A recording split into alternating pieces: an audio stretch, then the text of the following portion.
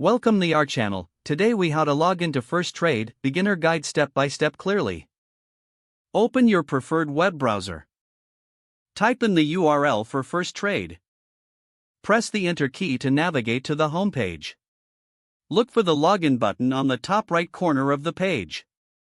Click on the login button. You will be directed to the login screen.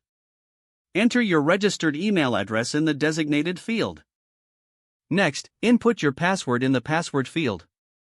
Double-check your entries for any typos. If you want your session to remain active, check the Remember Me box.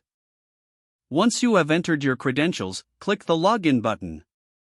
Wait a moment for the system to process your login request. If your login is successful, you will be redirected to your account dashboard. In case of an incorrect email or password, an error message will appear. Follow the on-screen prompts to reset your password if necessary. Once logged in, familiarize yourself with the dashboard features. Take note of the available tools and resources for trading. You are now ready to explore First Trade and start your trading journey. If the page does not load, refresh the browser or try again in a private or incognito window. Make sure you are using the correct email address, then retype it carefully to avoid small typos. If your password is not accepted, use the reset option and create a new strong password you can remember. Check your spam folder for verification or security emails, then complete any requested confirmation steps. Enable two-factor authentication if available to improve account security and reduce unauthorized access risk.